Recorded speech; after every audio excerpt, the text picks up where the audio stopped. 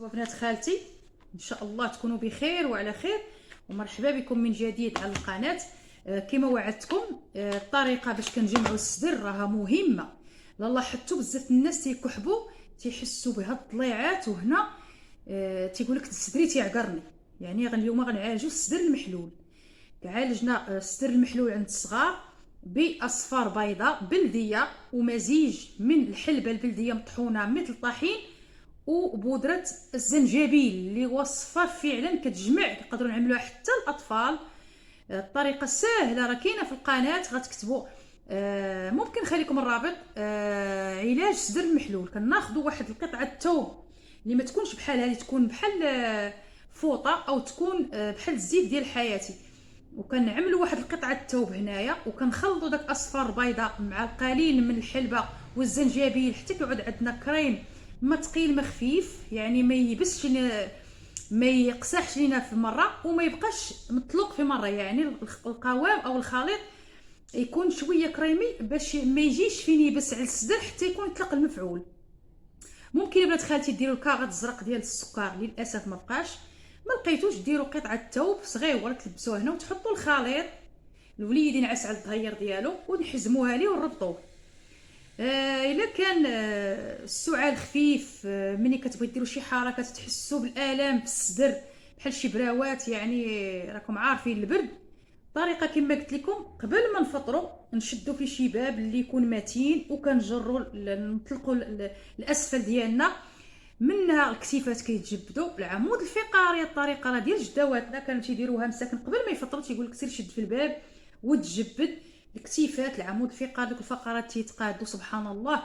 هاد الاسفل الظهر حتى هو الا كان راكم عارفين بعض المرات تيكون عويجاج، تيكون الام، تيكون لحمك بحال مدقدق عليك. الوليدات الصغار ممكن تجبدوهم او ممكن تهزهم بالطريقه اللي وريتكم ربط الصدر. يعني غتبعدوا على الثدي ديال واخا يكونوا باقيين صغيورين وليدات، لا نبعدوا عليهم وما نزيروش بزاف. يعني هنا راه ماشي بحال الراس، هنا واخا تبغي تزير غتحس الله يحضر السلامه تبغي تدير قطعه اللحم، لا غير بشويه. حتى لو ما بغيتوش هاد الطريقه كما وريتكم نزيروا بها الصدر، ممكن الطريقه الامنه وهي تشدوا بحال الرياضه السبور. ضروري تعودوا لوليداتكم. انا تنشدهم فوق الباب، تيكون ديال الحديد، تيكون صحيح تبارك الله، تيشدوا بحال هكا وتنعاونوا نطلقوا غير واحد شويه. بين ما نحس هو مسكين داك الجزء غلب عليه صافي كنشدو. ديريها لي واحد 3 ايام وتفكريني. دابا غندوز ان شاء الله في الخلطه اللي واعره فايت حطيتها معاكم وغتنفعكم ابنات خالتي. غنجيب شي حاجه هنا اللي نحطها باش نقرب لكم الصوره، لان ما بغاش تثبت لي الكاميرا. هانتوما هانتوما بنات خالتي التركيبه اللي غترحموا لي عليها وتشكروني، ساهله وفي متناول الجميع. بنات خالتي راه ماشي زعما مكلفه. هذه بنت خالتي احسن من داك الام مسكينه الله يحسن العوان كتوقف في المطبخ بساعات. اشنو كتقول؟ هو انني غنمشي نوجد لوليداتي واحد الشهيوه. ضيعتي الوقت، ضيعتي داكشي اللي عندك في المطبخ، ضيعتي تعبتي نفسك على خاوي. هذه غترحمي لي عليها. انا سمحوا لي ما صورتش قبل، ولكن راني فايت من في القناه. هنا عندي التين المجفف التمر، هذه دابا صوبتها لوليداتي شحال ما قداتهم صافي الله يجعل البركه. حبوب اللقاح راه دائما كنشاركها معكم، والبروبوليس راه دائما كنشاركو معكم. الوليدات اللي تيسعلوا وحتى الكبار ما عدا الحامله، اي واحد ياخذ هذه اللي عنده حساسيه الصدر، اللي تيتزمت، اللي كيحس بالصدر ديالو تيتعقر، اللي دائما عنده واحد الكحه ناشفه وتيصدع ماما، تيصدع حتى الزوج اللي كانت فيه، حتى الام. كل واحد كل شيء ياخذ ما عدا الحامله. تين المجفف شحال ما بغيتي بنت خالتي كنفوروه. انا درت لي واحد الطريقه واحده اخرى، درت عليه شويه الماء وخليته حتى طبخ بماء، ما بغيتش نضيع المكونات. نتوما الطريقه اللي حبيتو. انا عاد قلت انا نقيتها وفتحتها ودرتها في كاسرونه، درت معاها الماء اللي يكفيني ونقصت البوطه وغطيتها مزيان وخليتها حتى طبخات وطحنتها بداك الماء ديالها. بغيتو تفوروها فوروها. خديت التمر حتى هو فوروه، وهادشي كله غيتعجن. غنضيفوا عليه بذور الكتان اللي روعه، او زريعه الكتان. راه غجربوا بذور الكتان غير بوحديته بنت خالتي بين ما وصلتي الوصفه. ناخذ بذور الكتان وما نحمرهاش، نطحنها ونديرها في واحد الحكيك ونعطي الوليد معلقه ديك الساعه خلطه مع العسل ونعطيها ليه، او نديرها ليه مع الحليب دافئ منو غيدخل الفراش. غتلاحظي 3 ايام ما غيبقاش يكحب، دوك العريقات ديال الريه سبحان الله غيتهوا ويدعو يدخل لهم يمشي ويجي فيهم الدم، وسبحان الله ديك الريه ترجع للوين ديالها طبيعي بمشيئه الله. قلنا عندنا التين المجفف اللي هي الشريحه والتمر، شحال ما قديتو انا درت غير شويه حيت الوصفه دائما كنوجدها وما تنبغيش نكثر باش ما يفسدش لها القوام.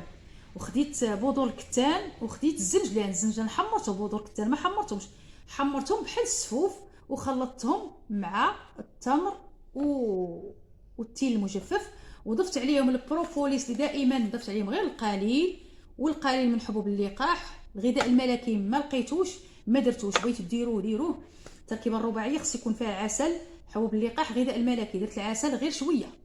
ها انتم بنات خالتي القوام اللي زويون شفتوا. ناخذوا غير كويره بحال هكا، قل من هنا غير زعما شويه وصافي. راه هذه بنت خالتي غتنفعكم باذن الله، غتنفعكم باذن الله. نشربها مع مغلي الحلبه. اللي بغى الشفاء باذن الله في واحد المده، عيا من السعال وعيا مسكين من السوريات وعيا الله يحسن العون، ما تينعس ما يخلي حدا اللي ينعس، حيت الكحه الا شدت علاش بنات خالتي واحد الخطا كديروه، لاحظتوا الوليد ملي تيسخن في الفراش عاد تيبدا يكحب. نقول لكم علاش، لان الريه سخنات في هذيك الفتره ديال السعال. تجنبوا تعطيوهم البلول ديال الببوش او شي حاجه اللي سخونه فايته القانون. والوليدات اللي عندهم الحساسيه تمشي عند الدكتور يقول عندك الحساسيه، ما تعطيش اللوز، ما تعطيش القرقاع، ما تعطيش الكاوكاو لانه هما سخان.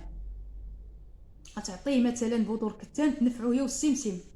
تجنبوا داك المساخن وداك الببوش. انا الوليد ديالي كان مسكين صغير، نهار تيكحب تنمشي ناخذ ليه البلول ديال الببوش، في الليل ما تينعش مني. سولت قالوا لي انك عطيتيه السخون والريه ما تتبغيش السخون. لاحظتوا الوليد حتى كيدخل الفراش عاد كيبقى يسعل. فهمتوني يا بنات خالتي؟ كنتمنىكم ان شاء الله تفهموا الموضوع. ناخذ شويه من حبوب اللقاح ملعقه صغيره، البروبوليس ملعقه صغيره، غذاء الملكي ملعقه صغيره، العسل اللي عندكم، تمر مطحون مبخر، التين المجفف مبخر، بذور الكتان ما محمراش مطحونه، السمسم اللي هو الزنجلان محمر باش يعطينا واحد المذاق اللي هو زويون. الصراحه روعه. نديروها في اما في شي حاجه طين اما شي حاجه، انا غنحيدها من هنا ما غنخليهاش هنا، وغنديروها شي حاجه ديال الزاج، حيت الا خلينا في البلاستيك ما خدمنا والو. هاد التركيبه هذه راها روعه غزاله. الناس اللي عندهم الوليدات ما تتبانش فيهم النعمه تيكونوا ضعاف، ممكن نزيدوا عليها الا دخن غير شويه 2 معالق ولا 3 باش يعاونوا الامعاء على امتصاص. حتى داك بومزوير راه مزيان ليه.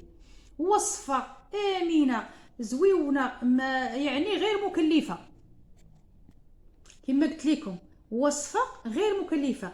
نبقى نوجد الكعك لوليداتي نهار وانا واقفه في الكوزينه، ندير لهم الحلويات الكيكه، وفي الليل ما تيخليكش تنعسي. نودي وجدي ليا هذه وتفكريني، اقسم بالله العلي العظيم هذه لا صوبتها ليا ولوليداتي. وعلى فكره راه حتى كتزيد الوزن، لان التمر والسمسم روعه. هذا فاتح الشهيه، اللي بغى يزيد معاه شويه الحلبه، حيت الحلبه الا طحنات كتعود ماره، يعني راس المعالقه داك الصغير نضيفوا عليه. فاتح الشهيه، زياده الوزن، مكمل غذائي طبيعي، وعلاج للريه للسعال. غترحموا عليا ان شاء الله. علاش باش تعرفوني صادقه، حتى طحنت وخلطت قلت خصني نشاركها مع المتتبعين. دائما كنقول لكم التركيبه الرباعيه راه ساهله. تين المجفف للشريحه شحال ما بغيتو 250 غرام، بغيتو قل.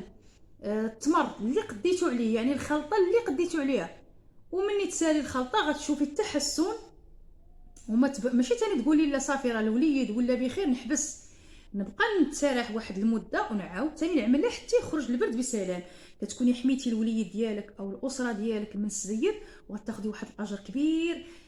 اولا غترتاحي بالليل، الوليد ما يبقاش يسعل، ومن هذا الشيء كله غدي واحد الاجر في وليداتك. وكنتمنى الشفاء لواحد المتتبعه اللي في مدينه الرباط، الوليد ديالها دائما مسكين، كنهدي لها هذه الوصفه.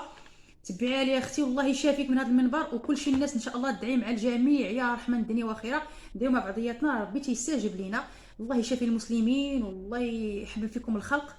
هذا ما كان بنات خالتي وصفه اللي كنتمنىكم ان شاء الله تجربوها، وكتبوا لي في الكومونتير. راه بحال الصفوف فنيونه.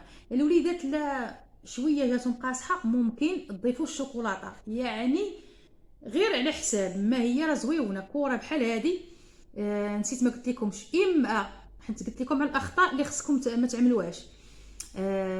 قلنا الاخطاء ما تعطيوهمش الفواكه الجافه، الكاوكاو، اللوز، الكركاع، خصوصا الكركاع، وما تعطيهمش البلول ديال البابوش في هذه الفتره، باش لان لاحظتوها راه كتزاد عليهم السعال.